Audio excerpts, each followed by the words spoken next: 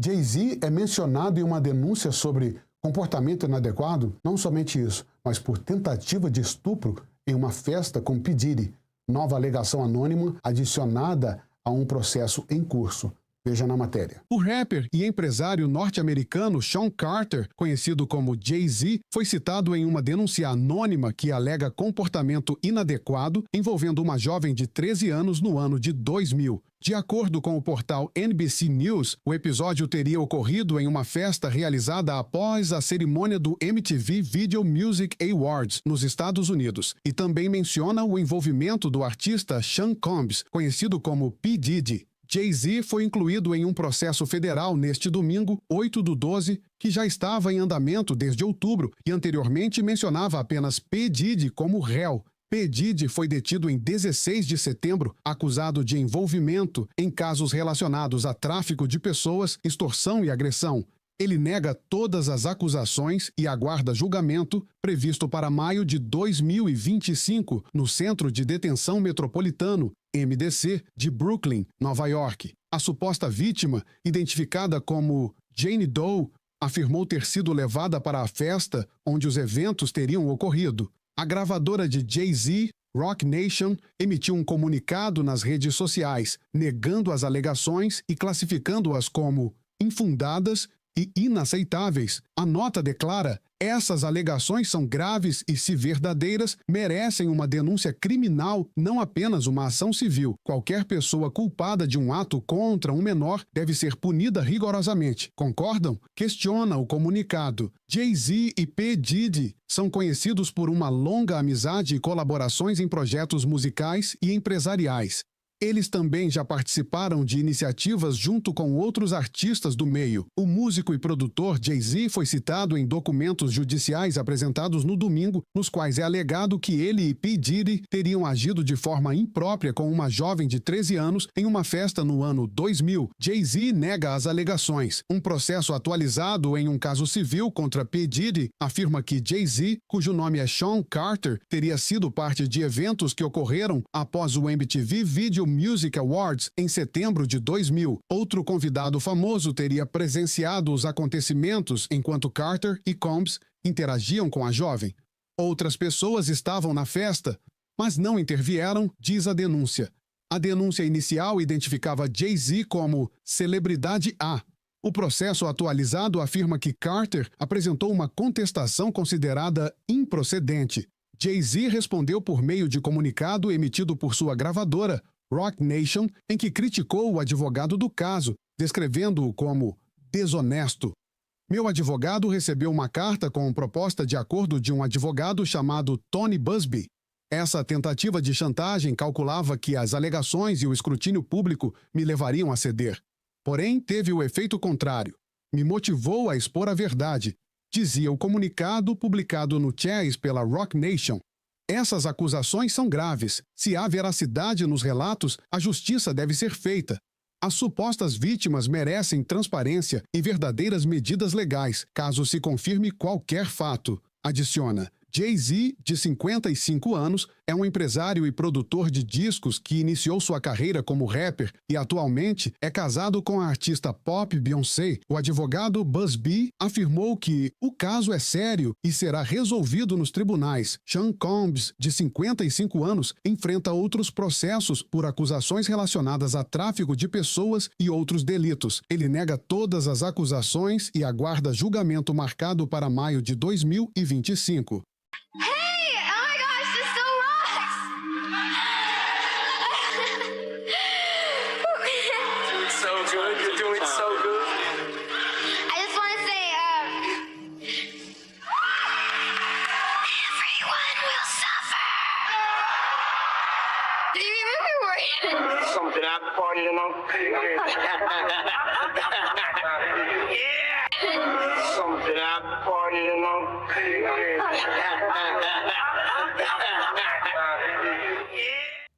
Na declaração da garota, outro famoso ficou olhando enquanto Combs e P. Diddy e o Carter, Jay-Z, se viravam para agredir a menor, né, e estuprar a menor.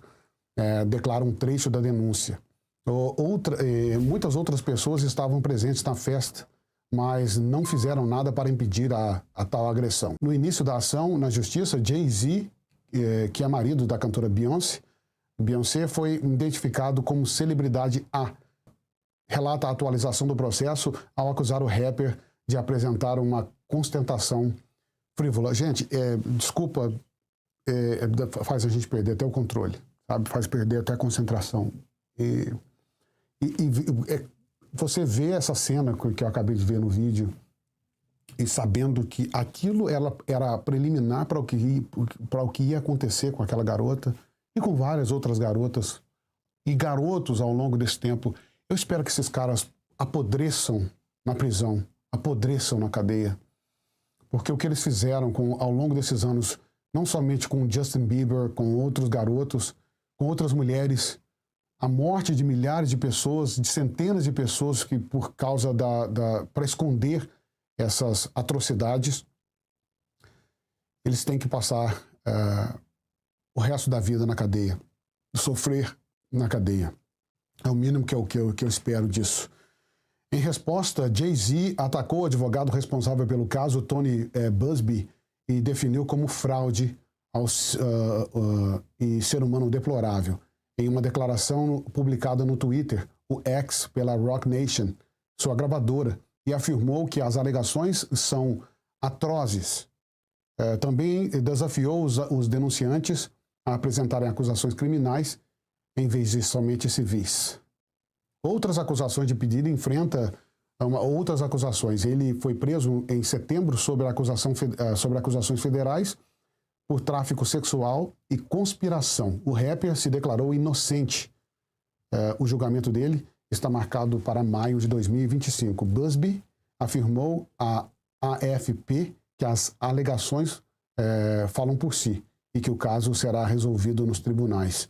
Além do processo em questão, Pididi enfrenta múltiplas ações judiciais com mais de 100 supostas vítimas representadas por advogados, incluindo Buzbee, em acusações que vão de abuso sexual, coerção para participar de festas movidas a drogas e prostituição. Eu quero saber como é que vai ficar toda a cultura woke, os jornalistas woke nessa história toda.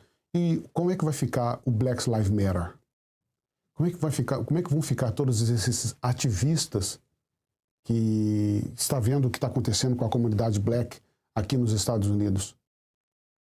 Como é que isso funciona agora? De que forma vocês vão fazer as defesas? Como fizeram as defesas de vários outros assassinos, de vários outros pilantras que vocês defenderam simplesmente por causa da cor? Na minha concepção, as defesas das pessoas têm que ser pelo caráter delas, não pelas características físicas.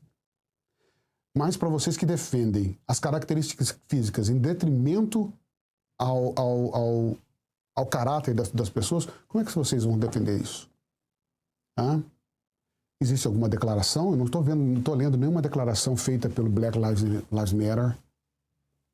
A comunidade negra brasileira também não está fazendo declaração nenhuma sobre esse assunto.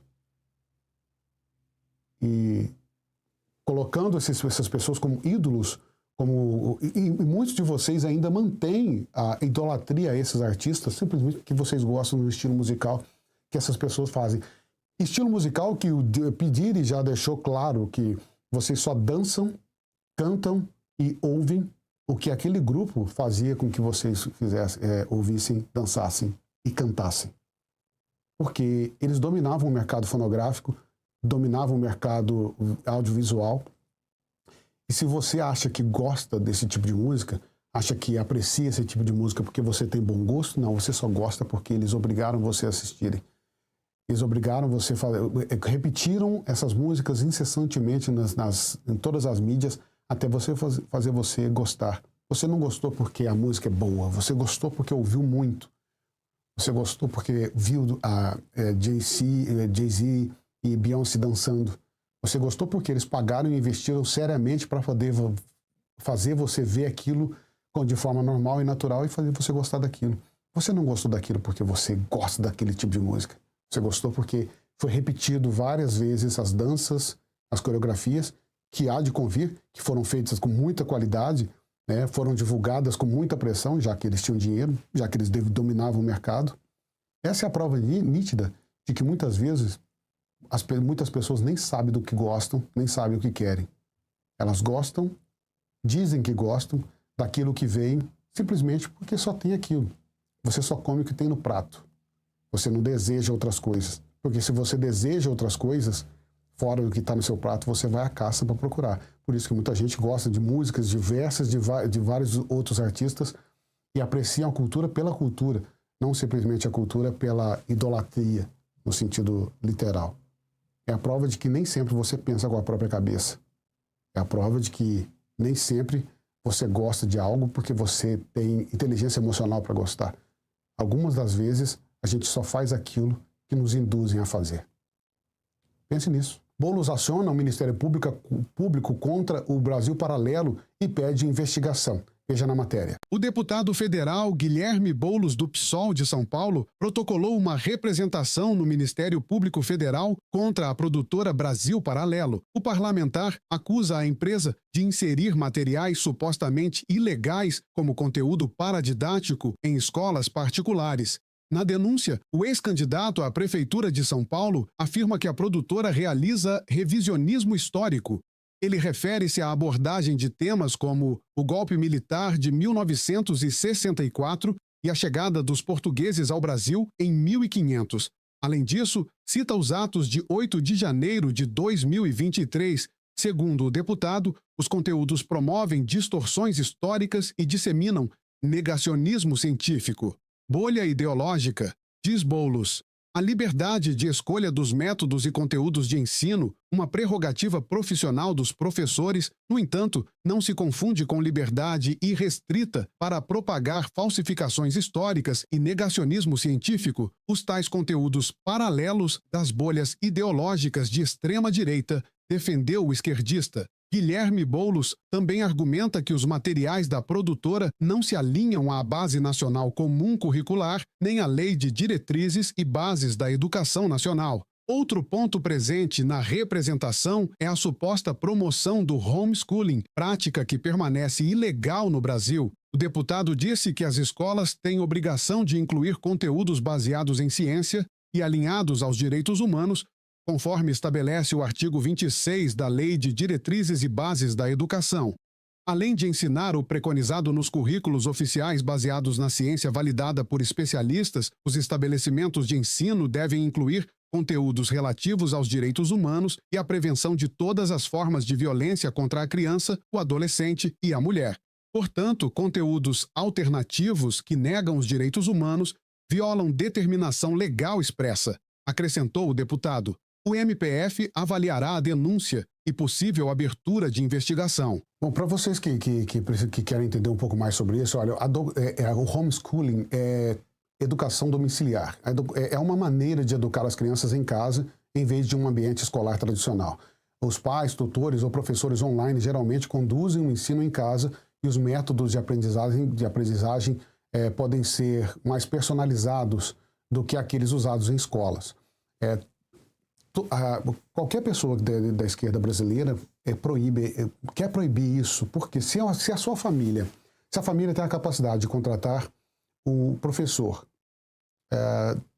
com as características que eles quiserem e dar para os seus filhos a educação que eles querem dar de maneira absolutamente individualizada e focando principalmente no que o filho tem de mais forte, né?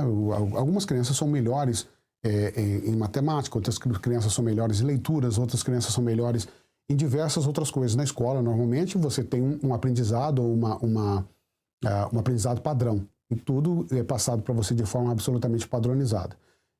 Quando você faz o homeschooling, seus pais vão entender o seu potencial e vão focar mais ainda dentro desse potencial, o que é difícil de se fazer isso dentro de uma escola normal. Por isso que alguns alunos conseguem ter um desempenho diferente de outros alunos em várias outras matérias, porque alguns alunos têm até mesmo para alunos que são superdotados, que podem ter um desenvolvimento pessoal e profissional muito maior, muitas das vezes ficam travados nas escolas por causa da generalização do ensino, a forma generalizada.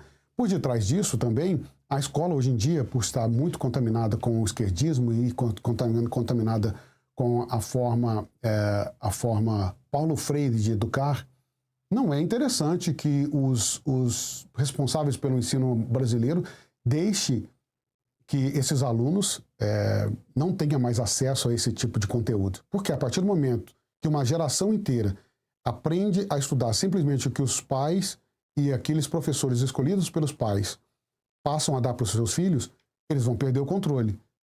E o controle social é a melhor forma de manter um povo escravizado, né? Então, eles vão lutar contra a escola domiciliar, o homeschooling, o máximo que puderem. Porque tem muitos pais, inclusive, que estão muito mais preparados para poder ensinar seus filhos em casa do que alguns professores. Principalmente a nova geração, de psicólogos, psiquiatras e professores, nova geração de garotos que têm a partir de 18 anos, é claro que não generalizando, porque existem pessoas inteligentes em qualquer lugar, né? E dentro mesmo dentro da nova geração ainda existem pessoas capacitadas para poder dar essas aulas, mas os ilha-diles das escolas, os novos formatos ilha-niles, por exemplo, eu não consigo entender, eu não acho que eles sejam as pessoas mais indicadas para educar os filhos de ninguém. Se os pais acham, continuem, mas eu acho que a votação do homeschooling, da educação domiciliar, deveria ser colocada em prática, em pauta, e os pais decidirem que tipo de educação seus filhos vão ter, não simplesmente a educação dentro de casa, mas também a educação escolar, né? Não somente a educação familiar e em casa, mas também a educação escolar. Na minha opinião, não vejo nenhum problema nisso. Essa história de revisionismo histórico, a gente tem visto esse revisionismo histórico acontecer nos cinemas.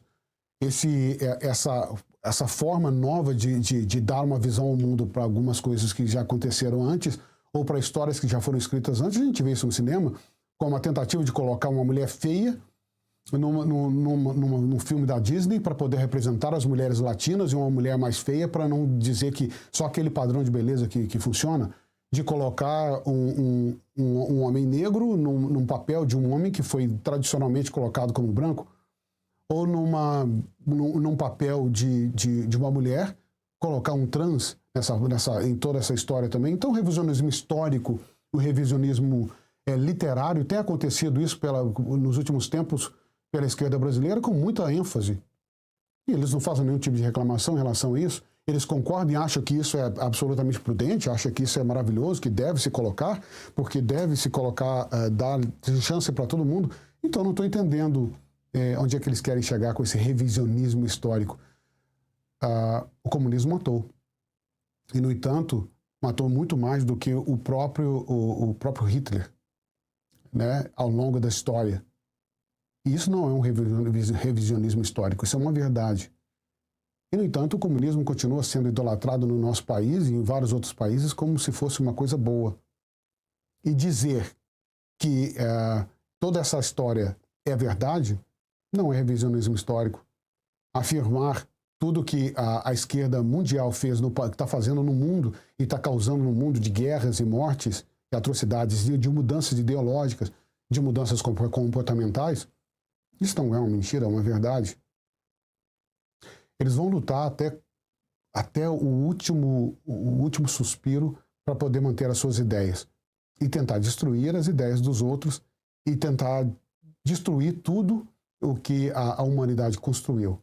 Por isso que esse conservadorismo não é simplesmente conservadorismo, quando se fala de pessoas conservadoras de direita, não é simplesmente conservadorismo religioso. Porque esse não é nem meu caso, eu nem sou religioso, eu não sou cristão. Mas é o conservadorismo da nossa história, do que deu certo. De manter a família como a família tem que ser. De manter as ideias, de saber cada papel que um ser humano, como homem, como mulher, deve manter na sociedade, para manter a sociedade unida, para manter a sociedade,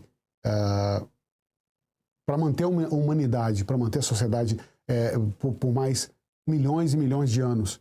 Porque a partir do momento que destruiu o papel do homem, o papel da mulher e o papel do ser humano na sociedade, acho que a gente não vai durar muito tempo. Então, esse revisionismo de transformar, de colocar homens para poder lutar com mulheres, de colocar, de ao invés de criar novas alternativas para nós negros, conseguimos por nossos méritos alcançar grandes postos de trabalho, ao invés de fazer com que as mulheres entendam o papel delas na sociedade, assim como os homens devem entender o papel delas na sociedade, e fazer com que todo mundo se torne inimigo de todo mundo, isso vindo também da educação, eu acho que o Boulos está defendendo as ideias dele. Mas dizer que o Brasil Paralelo, que está fazendo um trabalho fantástico ao longo dos anos no nosso país, está fazendo revisionismo histórico, eu acho que quem tem que rever o que está acontecendo nos últimos anos e as mudanças que foram feitas pela esquerda brasileira e a esquerda mundial é Guilherme Boulos.